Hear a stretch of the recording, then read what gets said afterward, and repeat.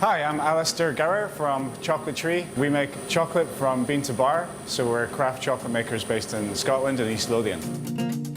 Before I worked with chocolate, I was working on an organic farm, finding jobs, going from here to there, but I've always been looking for something that really fulfilled me. In 2012, we started making chocolate from cocoa beans, and that changed everything for us in terms of the transparency that we can offer and the way we source cocoa.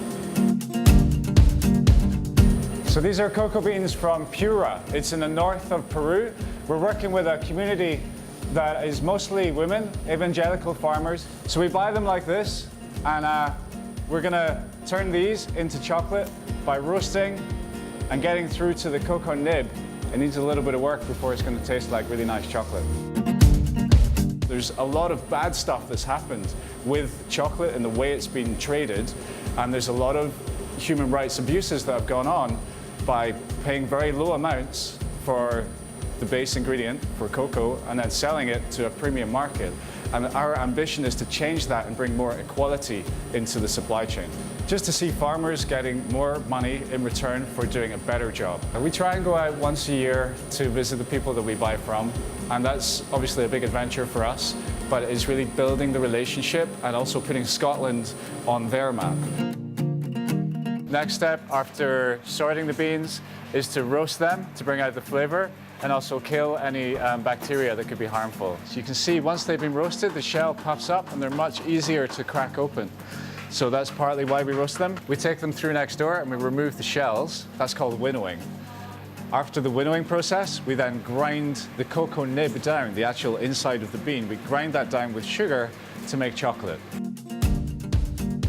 So you're talking, 2 or 3 times the fair trade price is what we're paying for our cocoa. It's not as simple as just paying more money. That's actually kind of patronizing in a way to the farmers. But what we're asking for is the post-harvest process, which is the fermentation and the drying of the cocoa, to be done to a very high standard.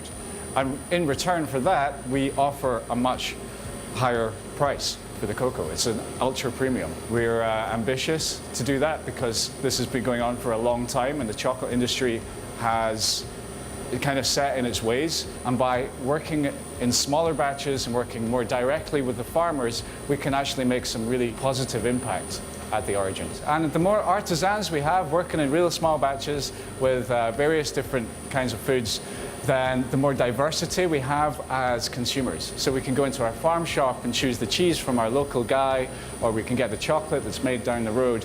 And I think that's a really important thing to be happening because at the same time, there's also a mass production of food that continues to get bigger and go on. And we have to look at that and really understand where our food is coming from. And when people are educated, they tend to make the right decisions.